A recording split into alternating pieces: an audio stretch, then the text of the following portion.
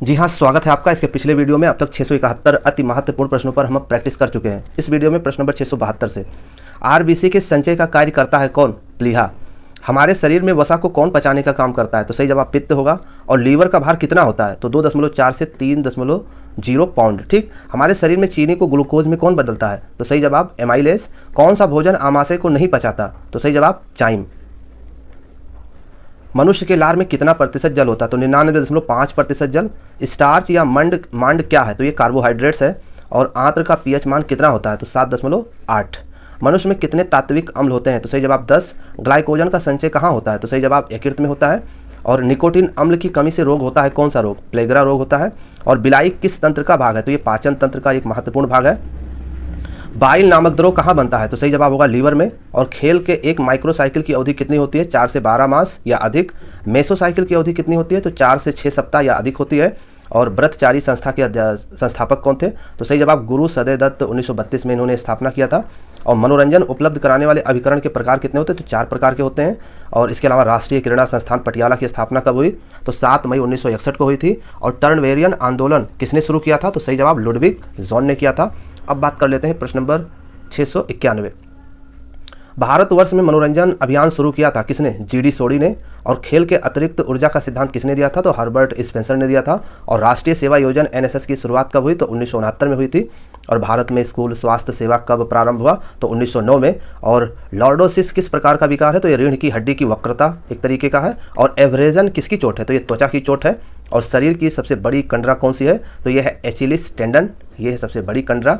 और वहीं बात करें ताराचंद कमेटी का गठन कब हुआ? तो सही जवाब 1948 में। और टाइफोसिस दोष के लिए सबसे सरलतम व्यायाम क्या है? तो तैरना।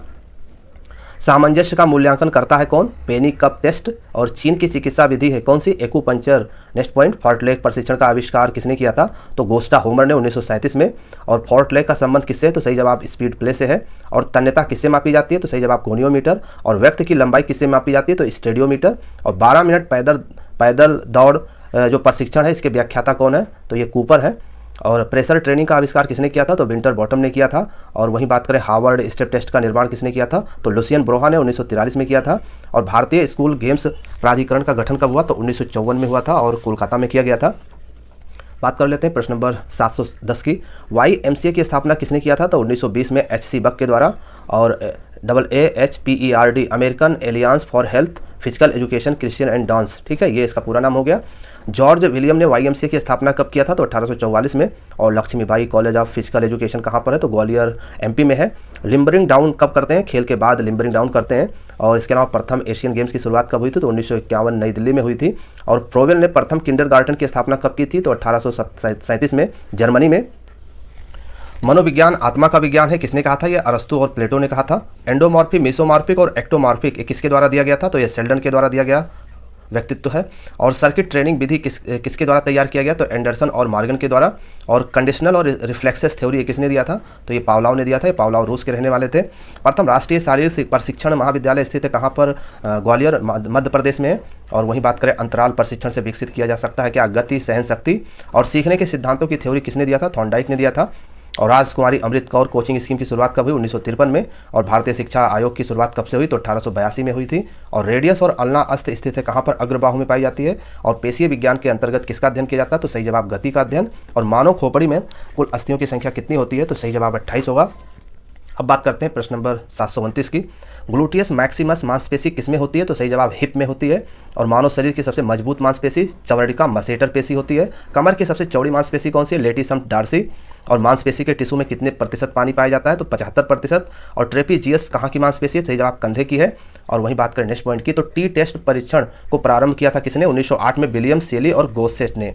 स्पाइरल में कितने प्रकार की गति संभव है? 4 प्रकार की है। और कौन सी मांसपेशी सिर को घुमाने में सहायता करती है? तो स्टर्नोम स्टोइड, राइट। ऐच्छिक मांसपेशियां शरीर के कुल वजन का कितना होता है? 2/5 भाग होता है। किस संधि में अस्थि को 360 डिग्री घुमाया जा सकता है? तो सही जवाब कंदुक खलिका, बॉल एंड सॉकेट जॉइंट्स में। और मानव शरीर में कितने प्रकार का जोड़ पाया जाता है? तो सही जवाब 4 प्रकार का। और मानव शरीर की सबसे बड़ी अस्थि कौन सी है? उर्वास्थ यानी फीमर। और तंत्रिका तंत्र की संधि कहलाती है, क्या कहलाती है?